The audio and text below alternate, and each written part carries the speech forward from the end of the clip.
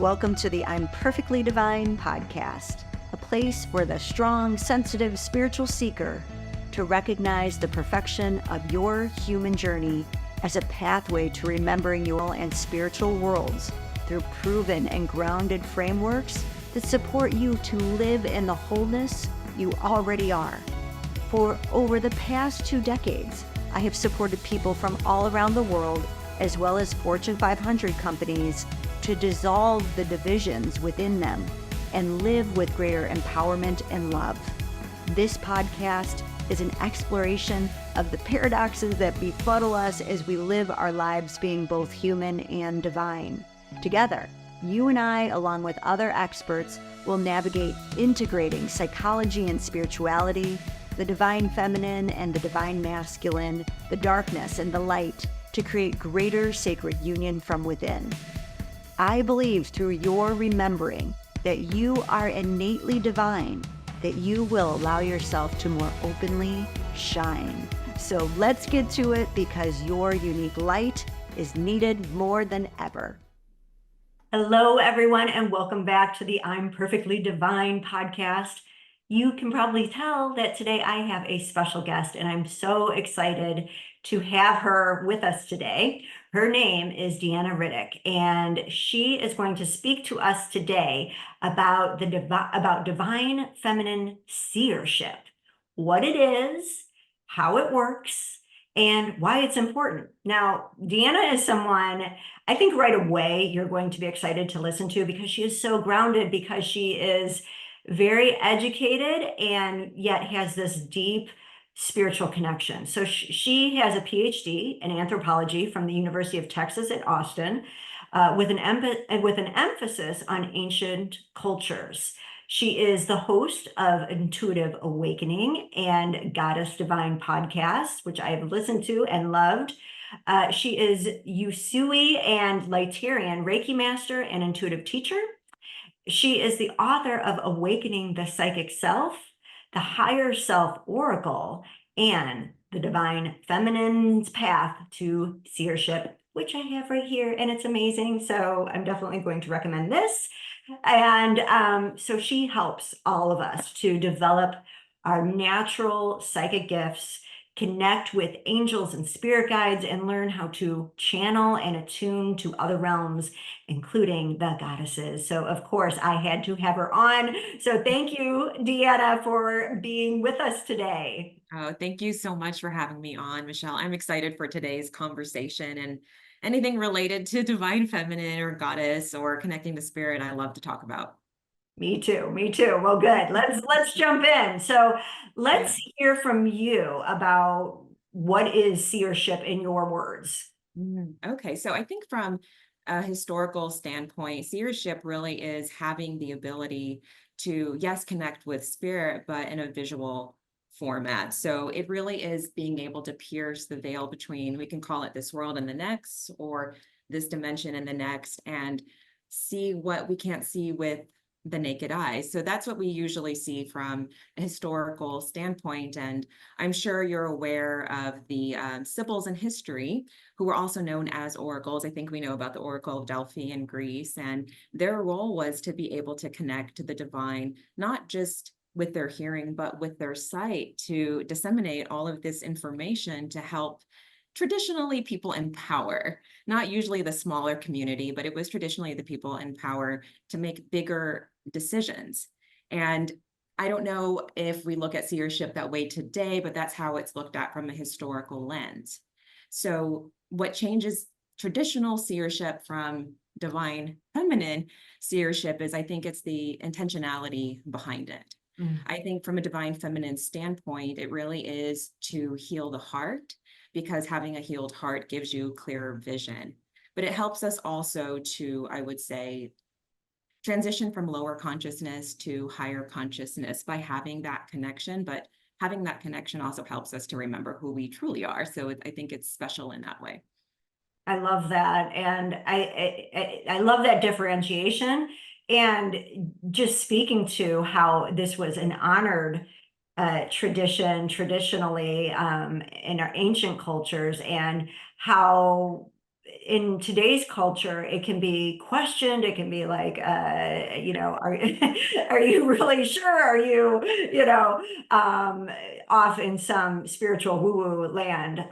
So what do you say to people who, um, are may have had this connection, may have had some experiences, but weren't quite sure what was going on for them? Like, how can they feel more trusting of some of these ways that we are connecting to this deeper wisdom? Well, I will say first, what you alluded to is, yes, it is looked at as fringe or I would say illegitimate form of accessing information. You know, Mm. as a society, we're really logical and rational. And I think that we made this major shift during the Enlightenment period from trusting divine sources of information to trusting like more scientific approaches to information. That's kind of what we rely on today. So I understand from that standpoint that sitting down and, going within to access a different source of information or what people would consider being an unreliable source of information is a major shift in thought and belief system. I always think it's important for us to ask ourselves why we would rather trust something outside of ourselves than within ourselves. So I feel like that's the first thing I would ask somebody if they were confused or if they were initially unable to trust their inner source of wisdom. I think that's really powerful because most people are taught not to trust themselves, right? We are Yeah. looking for that affirmation from others. We're looking for that validation from others. And so right there, that takes away from our trust from ourselves. So I would love to hear how you got to this place of trusting yourself and developing this skill, this gift, where you are able to be a seer. Definitely not easy. I think for many people, I think they have this belief that it's overnight. Being able to trust yourself is easy, and it really isn't. I'm human, just like anybody else, and I grew up with the same mindset as well. I was taught to trust everybody else. I come from a very Christian background, so going to church like 4 days a week, forever and a day. And I was taught to trust the people who were the leaders in the church, but they never spoke about, God being within you or what have you. So it took a very long, long time for me to trust my inner voice and trust that it was reliable and that it was looking out for me.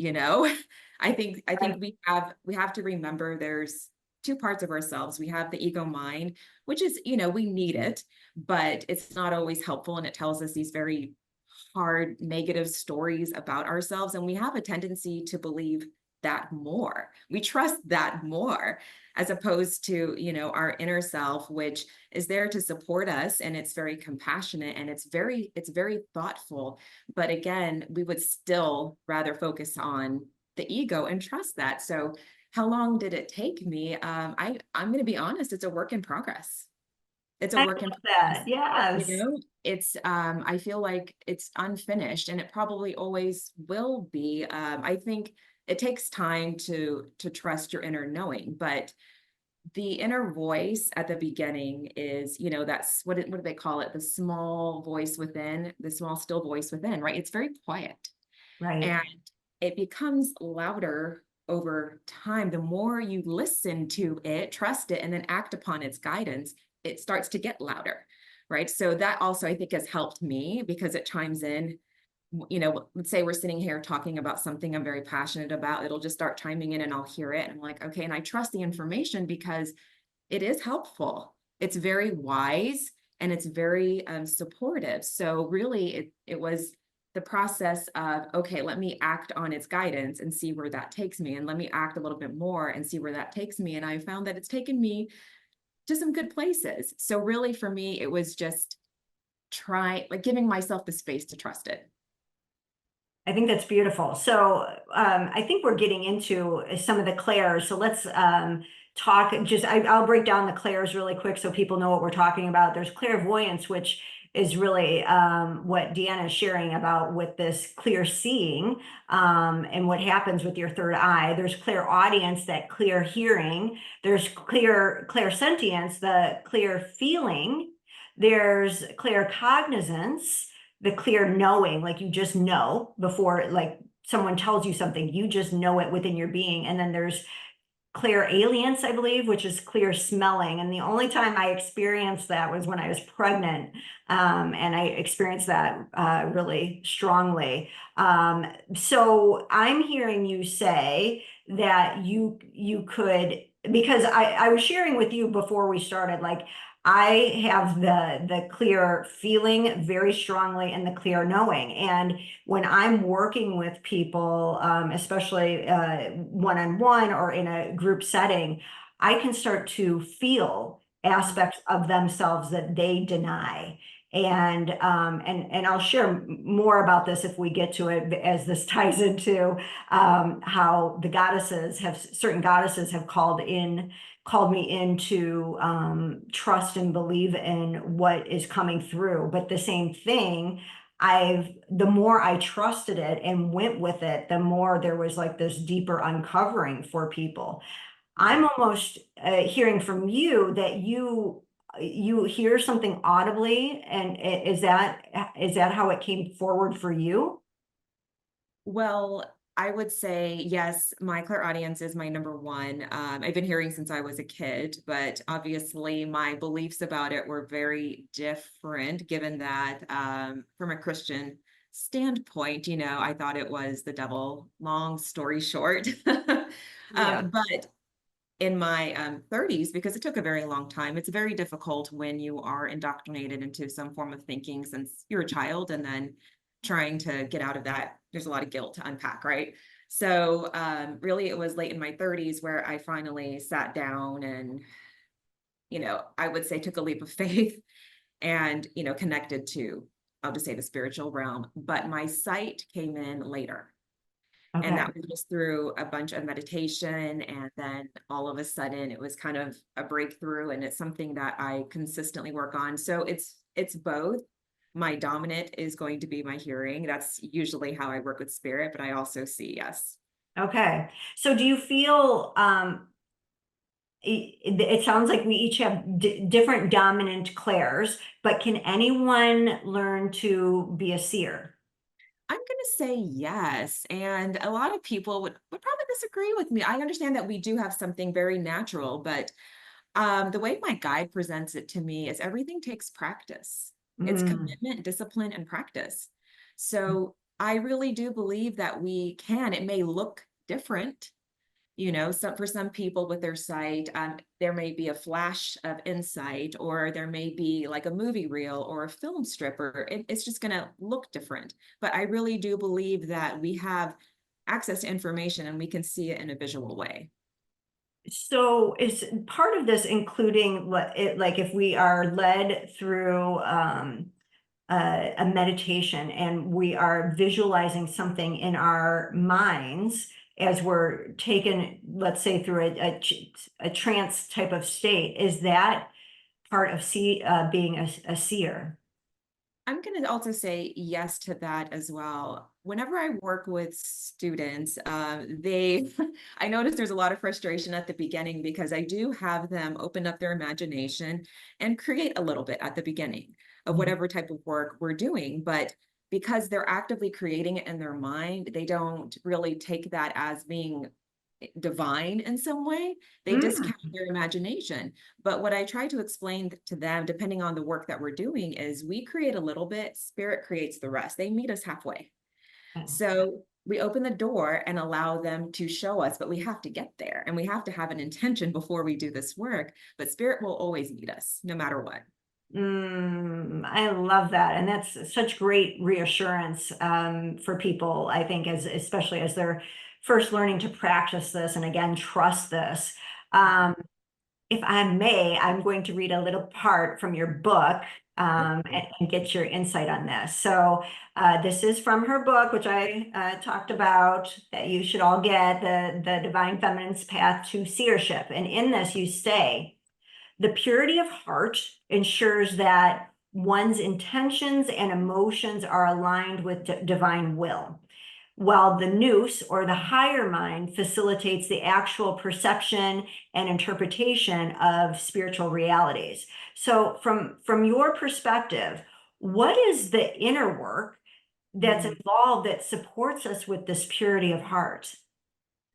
Well, and I know I know how this is going to come across to people, but in the most simplest terms, it really is healing yourself, healing your heart. And that's not easy work to do, especially if you have a really complicated or really difficult life. But all source of our wisdom, I would say, information that we need is really, believe it or not, in our heart, because it's a very intelligent organ and it has pretty much the blueprint for the unfolding of your life. Many people might not look there, but it really is there. So, for example, if you were to sit down and close your eyes and place your hands over your heart and start speaking to your heart, you might be kind of surprised that it will speak back to you. And a lot of people would also discount that message because it's like, whoa, wait a minute, did I just make that up? And a lot of people believe, oh, okay, I made it up. I can just throw that away. But you really shouldn't, because it has a lot of information to share with you.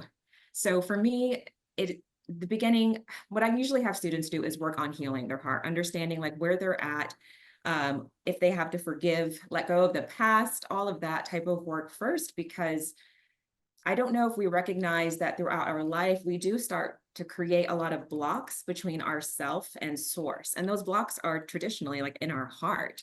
We may not look there, but that's where they are. And so the older we get, when we start to hold grudges, when we have episodes that we really just cannot let go and they dictate how we move about life, they do create these blocks between yourself and source. So what I want to do with people is like start to unpack that at the very beginning and try to understand, like, well, why am I holding on to these grudges? Why am I carrying this, throughout the rest of my life? Why am I letting this distort my perception of reality?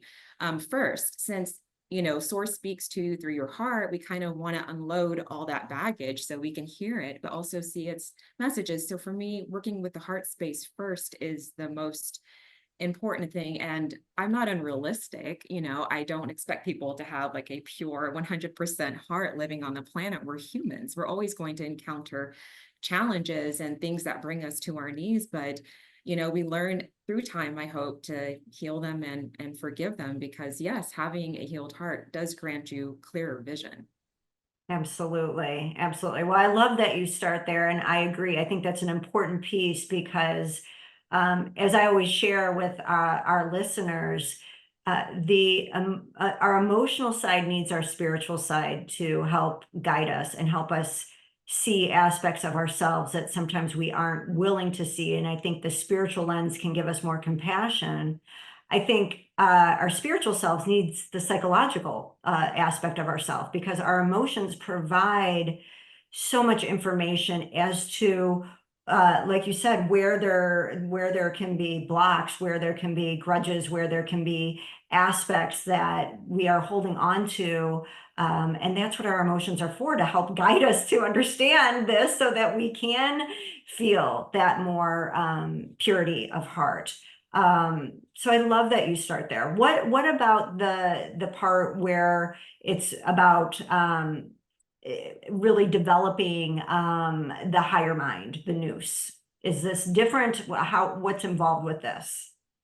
This one, it is complicated and not so complicated. So one thing I refer back to my book is the Gospel of Mary Magdalene. I think I talked a little bit about this in there just because, or the Gospel of Mary. I was sitting at my desk at work one day and I was thinking, like, how do we actually see, like, how does this actually work? Because I don't understand. I know how to get people there, but technically, how does this work? And of course, that came to my mind out of nowhere. And I thought, okay, great, I'm going to read this again for the millionth time. So there's a little excerpt and it's little because the rest is unpreserved.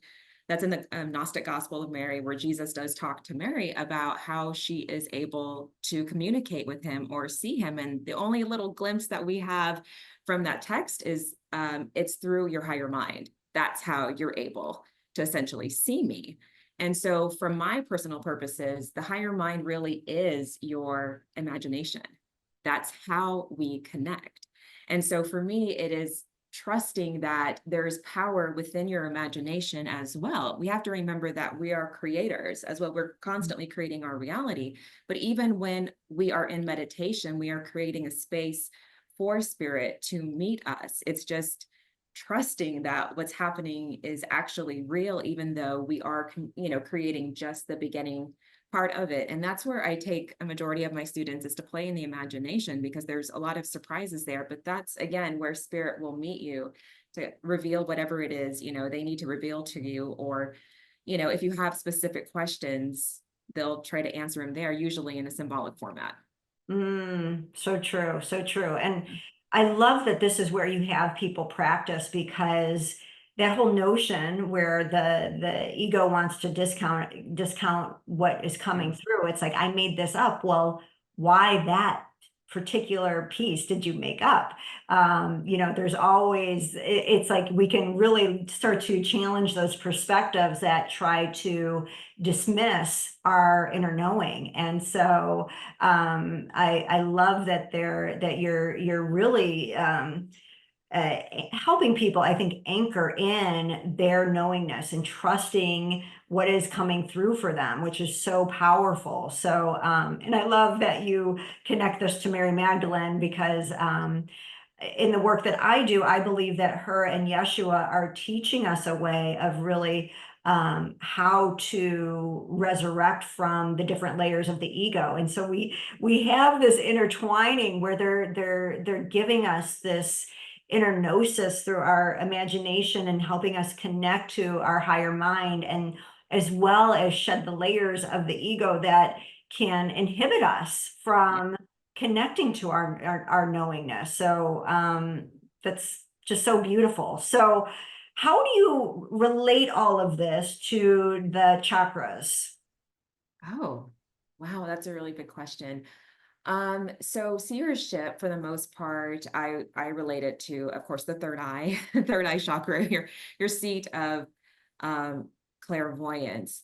And I would say for my students, I have them, working within that seat, which is also the faculty of your imagination, so they can begin to hopefully open up the third eye and begin to see. But that's a really good question. I don't think I've really thought about it in relation to the other chakras, except for the heart, because for me, again, it's, through the heart, so heart work, but also, yes, through the imagination. But now that I'm sitting here thinking about like the crown and your solar plexus, yes, honestly, I haven't really thought about the other chakras, with the exception of those two, because to me, those are the most dominant in terms of developing your seership. Okay. Okay. Well, I think that makes sense. And I think you're really creating this strong connection between the heart and the third eye. And so much of your work is again, this about trusting yourself, so that what comes forward when you see that you can really start to believe in that. So how does the third eye, or what was your experience of like, Mm. um, I'm actually seeing something in front of me? How did that develop for you, and did it freak you out at first? That's a great question. So I had started, this was years ago, a very short meditative practice, not necessarily with the intention of seeing, because again, my hearing was really dominant. But I don't know what provoked me to do this, but I would meditate, and then for some reason I would have this thought of being in the desert. And I was living in San Francisco at the time, but being in the desert here, meditating alone, like I think it's Sedona, just staring out. And then all of a sudden, somebody joined me. And it was strange. I was like, what is going on here? I'm not making this up. Somebody's coming to sit with me and meditate with me. And I let that go on for about a week, until finally he faced me and gave me something, and then started showing up and finally introduced himself. So yes, it was really questionable at the beginning. I really, really did not have like any foundational knowledge at that time, and I didn't really understand why I was seeing what I was seeing, but I kept doing it. I just continued on for ever since then, I just practice. But did you ask me how I began to trust it, or? Well, and I just want to lean into that a little bit. So it's like, what made you keep going back? Because I feel like there was something in your heart that I don't want to put words in your mouth, but I feel something was in the heart that was leading you back to who was visiting you in your meditation. Oh, well, in terms of like what led me back, I think similar to a lot of what other people, the same questions that they have, those questions that I think follow us throughout life, like the bigger existential questions, like who am I? Why am I here? I feel like those that are probably lingering, at a really pivotal point in my life. I was finishing up my PhD. I knew I was not going to continue to focus on what I'd been studying for a long time, but I didn't know where to go. I'm also hearing spirits talk so loudly all the time. It was just like a culmination of so many things. I felt like deeply on the inside, I wanted answers and I needed that Mm, clarity. And yeah, I felt like lost as well and with several things in my life. So I think at that time, I was very open to what could be and what's in mm. front of me. And so is this your spirit guide that you ultimately connected with? It is. It is. He has since moved on. I have a new guide now, but Mhm. yes. And by the time we finally sat down, he was really peculiar. He was really funny. But when we sat down, he was very strict with me, which I work better under people who are very strict. Uh, he told me who he was, what we're here to do. And I was like, okay, I guess so. We'll see what happens from here. But yeah, there was a lot of doubt at the beginning. Mm, mm, Yeah. I love it. So I've had the same experience where certain energies, goddesses, spirits come through, and then they move on. So one of my questions, well, let me back up because is because you channel goddesses and different energies. Is this different than seership? Oh, goodness. Yes and no. Um, Okay. yes, in the event of depending on the type of channeling you do, I would say that because there's different forms of channeling. Mm, Um, and for me, when I'm sitting down to channel a spirit, I feel them come in first. My clairsentience, for some strange reason, is very strong. I never had that before until I was like, God, it was like 10 years ago. All of a sudden, it came out of the blue.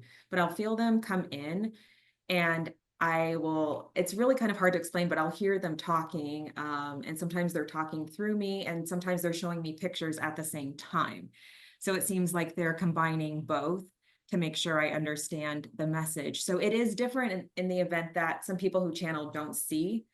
And for myself, it will be sight plus sound as I'm doing it. I hope that makes sense. yes, absolutely. Absolutely. Okay. And so then my other question is, my experience is that goddesses or guides choose us, but I Mhm. know you have a podcast that says like basically how to choose which goddess you want to work with. So is it both or what's your experience with that? Good question, because I think it's both. Initially, I think I talked about this on this show probably 5 or 6 years ago. If you had told me today that I would be speaking with mythological goddesses, I would have told you were totally crazy because I didn't believe in that, to be Mm, honest. So for me, it just came out of the blue. And just to recount this very, very quickly, I had this very profound dream. I had COVID. I was really sick. I had this high fever, and I had this amazing dream that I still think about because it was really cool. That I was in the Parthenon, which is in the Acropolis in, Greece and Athens, but it was all reconstructed. And there were so many people lined up inside of the Parthenon, and there was a bunch of fires lit, and it was a full moon, and I was the person dancing in the Parthenon, and I was me, but I wasn't me. And my skin was very ivory. My hair was strawberry blonde all the way down, like to my calves, and I'm just dancing over and over. And then I fall to the ground, tired. And this man in a toga, he comes to me, this old man, and he was like, if you do this one more time, she will come. And so it was, I started dancing again, and I woke up and I thought, what the hell was that? Wow. you Yeah. know, and lo and behold, it was Athena calling me. But again, I was very skeptical, like, I don't believe in this. So it took a little while. So clearly, yes, she wanted to make her presence known. So yes, I believe that happens for people. At the same time, I think that if this is an avenue that you would like to connect to and learn from, there is an opportunity to do so, but they're not always going to say yes, you know. That's the other thing. They're not always going to say yes. So you have to be mindful of that. So I think it's a combination of both, honestly. Okay. Okay. And is there, is it just who people may feel more comfortable with? Is that where you would advise them to start? Yes, yes. And also, usually I would say if there's something that you are trying to heal, learn, if there's an area in your life where you're trying to grow the most, that's who you should be connecting with. Any goddess who oversees, like they have a specialty. For example, the goddess Hera, I'll just speak about her since that's who I am learning from and have been for some time. She is very much so about empowerment and feeling comfortable in a position of power or leadership. So, if you want to learn that, she's a great teacher for that. So I think look at the areas that you need the most help with and areas that you really, need to grow for yourself. Now, you can target and identify a very specific goddess. However, let's say you set up an altar. I'm just giving an example here. I don't know, to Isis about something. Isis, may not want to work with you at that time. It could be somebody else who's better equipped to manage where you're at the time. So somebody else will come in their place. I love that. I love that. And I know you also did a podcast on the dark goddesses, which I so appreciate because I have a deep honoring for the dark goddesses and their immense love for us, which has Yes. been just totally twisted on us to not to be afraid of them. And my experiences are they are the ones that have come really they have come literally in my sleep and like just were Yes. like Yes. I'm here and I'm like okay. And so can you speak more as to I know you have worked with some of the dark goddesses and why is it that they may be the ones that come in my experience is they come in pretty strong. So can you share more about your experience with that? Yes, I will share.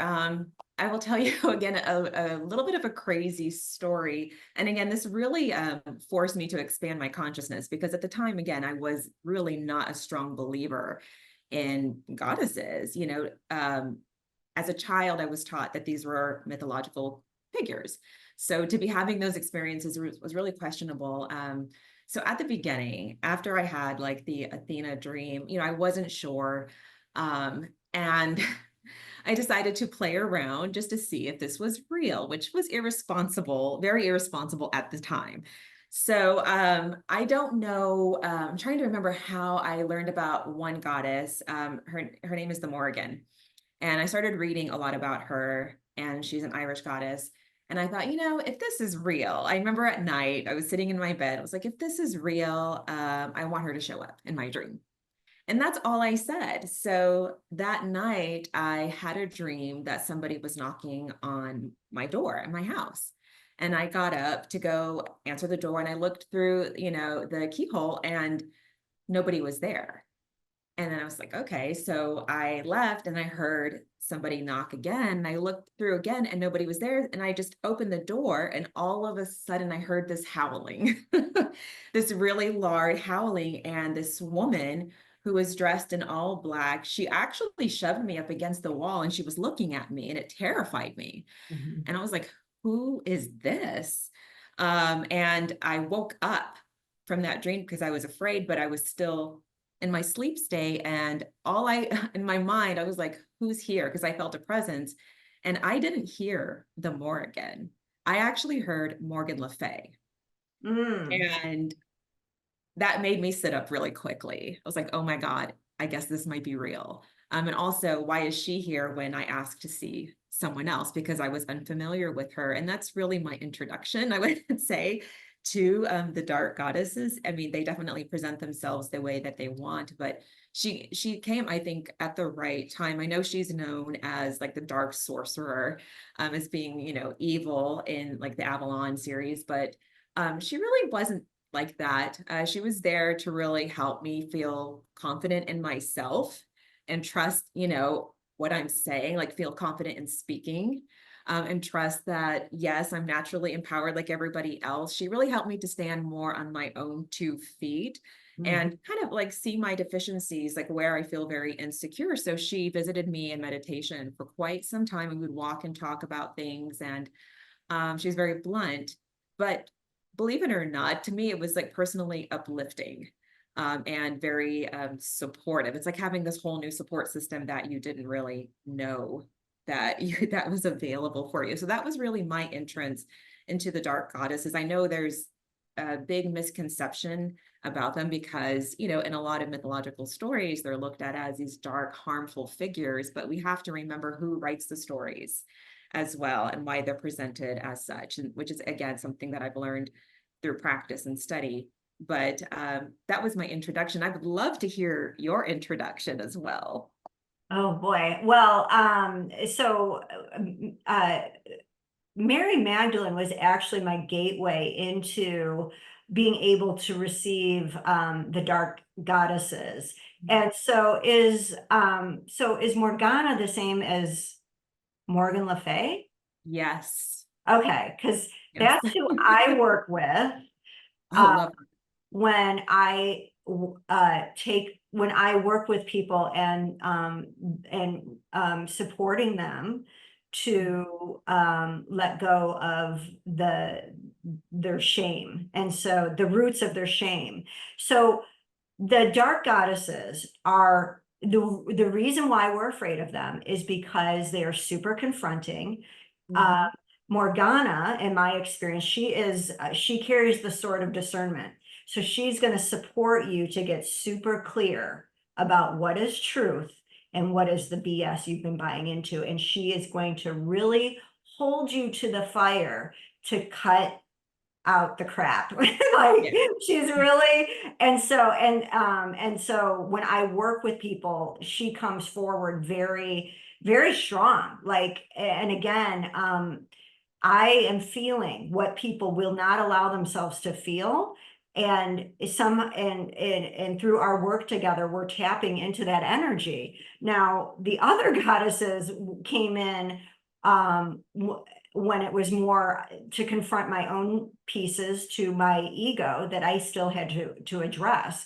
And so both with Hecate and Lilith, I was woken up in the middle of the night and I shot up and I was just repeating their names. It was like these were separate times, but it was both like it was just like Hecate, Hecate, Hecate, and it was just like Wow. she was there. And with Lilith, and I think this could have been like in a span of a couple of years. It wasn't like at the same time. It was the same thing. She was coming in, Lilith, Lilith, and so that's how I experience it. Where like I feel them, I can hear enough where I know who it is, but then the journey I am taken on is all in the emotional realm where we are going to confront these aspects of yourself that you haven't been willing to see so that you can have an ego death. And it is torturous. And so I understand, and this is what I tell people, I understand why we've been told to be afraid, because it will take you so far out of your comfort zone.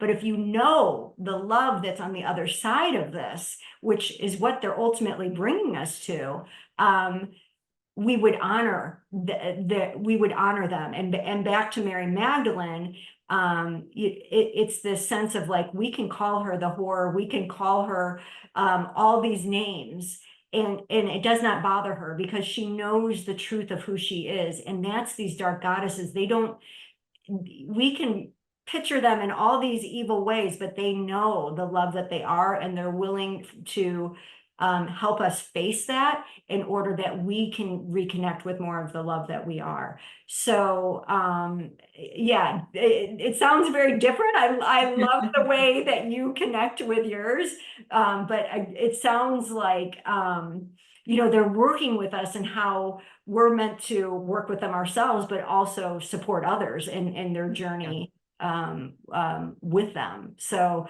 but we can't have the light until we address what's in the dark with the shadow. And so, like you were saying, the pure heart is this place. So much we focus so much on the light, but we're forgetting what needs to happen to create that pure heart. So I believe they're here to help us to connect with that. And I do too. I think a lot of people question that just because, again, historically they're, mythological. But what's so interesting to me is I remember my sister and I were doing this channeling session with the angels, and we were actually, asking questions about the goddesses because we were curious. And one thing that one of the archangels said, we look at them and their stories as myth, but one day our civilization will be looked at as myth as well in the future. So keep that in mind. I was like, oh yeah, that's true, because all civilizations rise and fall. That's just the natural cycle of things, but I think it's also helpful to try to understand, why it is we don't believe that that's possible for these spirits to have existed and, to exist and to be of service. There's a lot of history with that as well, but they're a wonderful, their realm is very beautiful, and they are extremely helpful, and they are very supportive, and they do show up. And I think that's important for people to remember, because it can feel like a very lonely world at times. And if you don't have a huge support system in the flesh, you can, dark thoughts can creep in, and you feel like you have no one to encourage you or support you, to love you or uplift you, but they do. And they're always there. I love that. That is so true. Absolutely. That's so beautiful. So for people who have been on this journey for a long time, and they have a spiritual practice, but maybe they haven't been able to find their ability to, clairvoyance, and to have the seership that they've hoped to acquire. How can you give them some next steps of what might support them? I think for most people, they have this misconception of how clairvoyance is supposed to show up for them and how quick it's supposed to appear. We do live in a society where we want everything now, now, now. But everything is, and I know everybody hates this term, divine timing. It really is. Patience is not my favorite word. As my team will tell me, even though I think I'm very patient. But things things show up when it's time for them to show up. It doesn't, negate the fact that you're working hard. Of course, you're working hard. Of course, you're doing all the steps, but sometimes they might show up later. And I know that's so hard for me to tell people, because they want the answers now. They want to be able to see, they've been meditating every day for 30 minutes, but yet they haven't made any headway. And I would say kind of loosen your grip. Yeah. First and foremost, let go for just a little bit, because I don't know if people are aware that when you want something so bad, you're creating, a block or a resistance. You're making it more difficult than it needs to be. So first, that's what I would tell people. But secondly, I think, I would have to look at how they're approaching it. What is your current method? And maybe let's actually tweak it a little bit. Let's have some fun with it. It doesn't have to be so serious. Spirit, I find that when I'm very joyous or when I'm laughing a lot, that's when my sight is the most clear. So I would also share with people some, little tips that I have. But like I said, when we want something so bad, we actually have this almost like a negative energy that we have with it. So I would, yes, tell them, let's take a break, but let's have some fun first. Let's explore, because there's also the chance that maybe the way that you're approaching it is actually not helpful. So that's what I would say to people. And then we would try some really fun and very easy techniques that we could do immediately that I know are effective. So Mm. that's usually how I would work with people. But I do work with people who are very frustrated, the same thing as you were saying, I'm trying so hard and nothing's coming through. But I wouldn't be surprised if something has come through and you dismissed it, Right. because people do that. I had somebody I was working with the other day, and we were practicing, and she was getting these flashes, but she wasn't telling me that she was getting these little flashes. She was totally discounting. And I was like, wait a minute, something is going on. And finally she said, oh, yes, but I'm just making it up.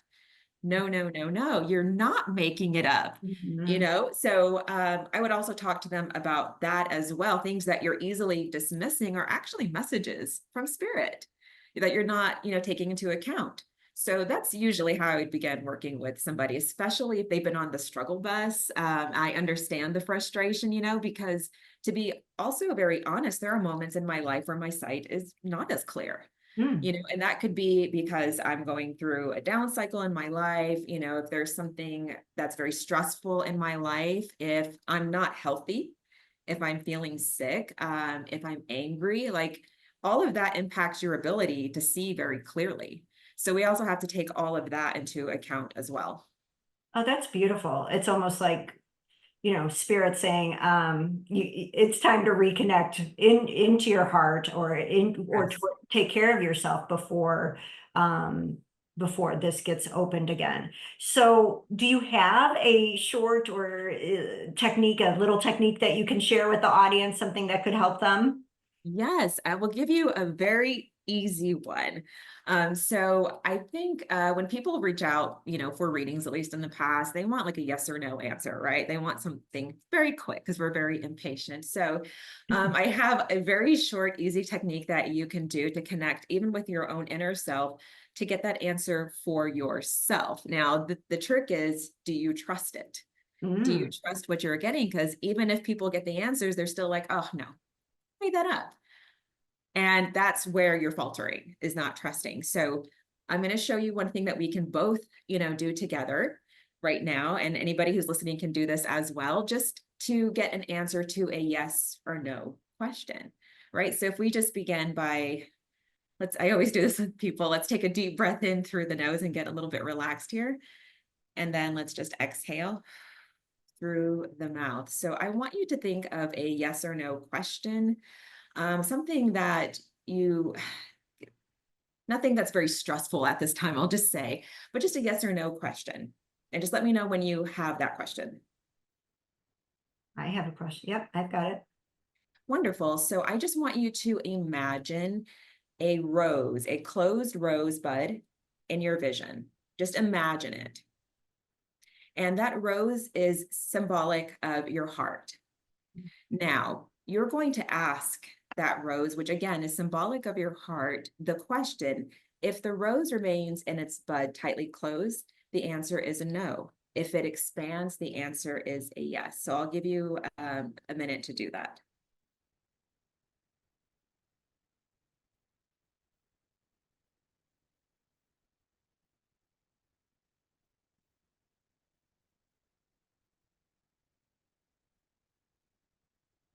My answer came right away, but I wanted to give people some time. Before you were done talking, I could feel the rose opening up. But I love this. This is Yeah. so beautiful. I've never had that before, but I wanted people to experience that because it might take them a little bit. But I love that. That's beautiful.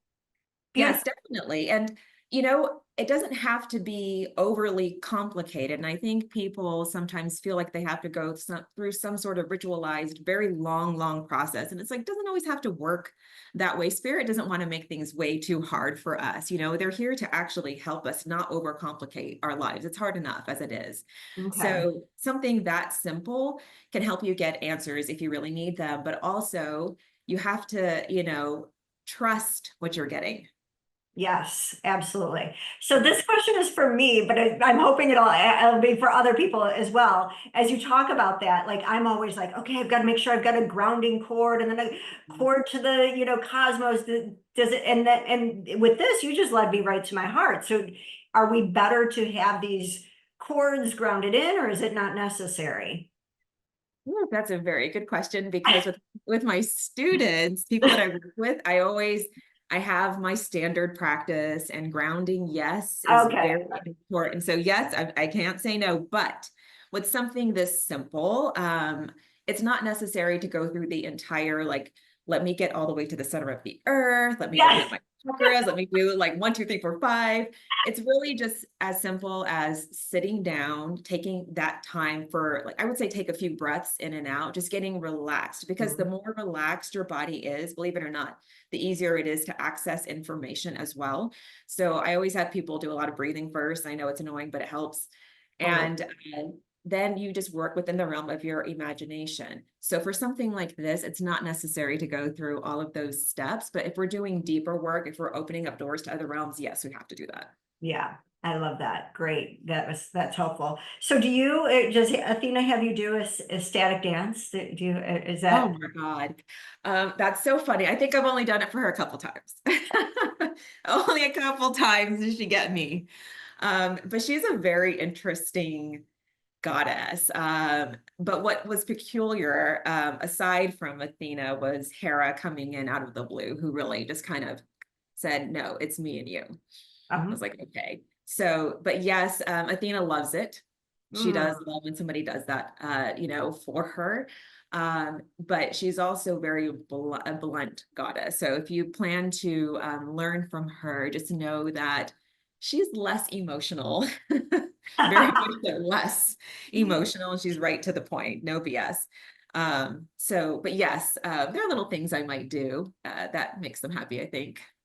Oh, I love that. I love that. Well, and I know that's part of your teachings is to get to know the goddess that you want to bring in or that you want to connect with, or that there's Yes. traits that you want to emulate that they have stood for. And I think that's such a beautiful way to show that reverence or respect and demonstrate that you want to build this relationship with them.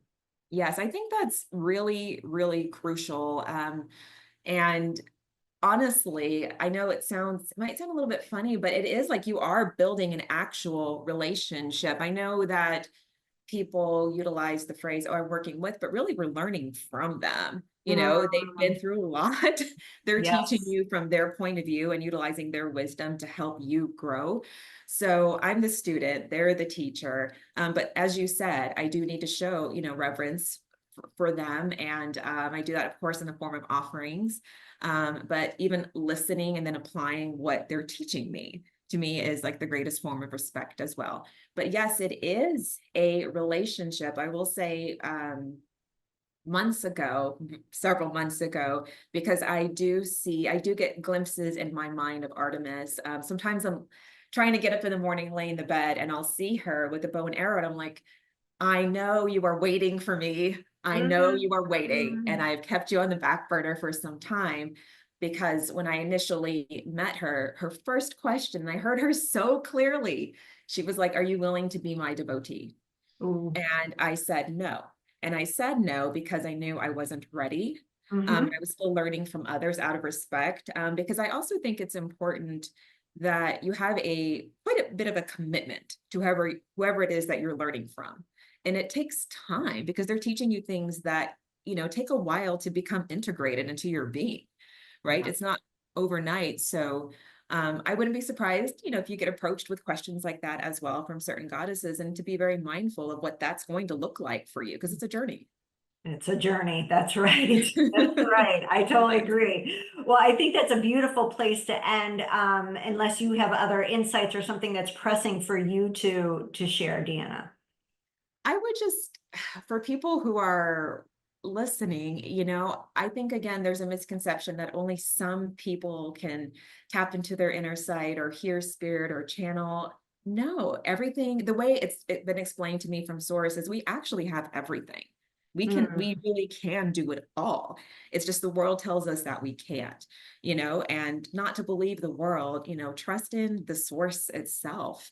It's there to support you. So you're just as important. You can do this as well. It's not inaccessible for you. That's so beautiful. Absolutely.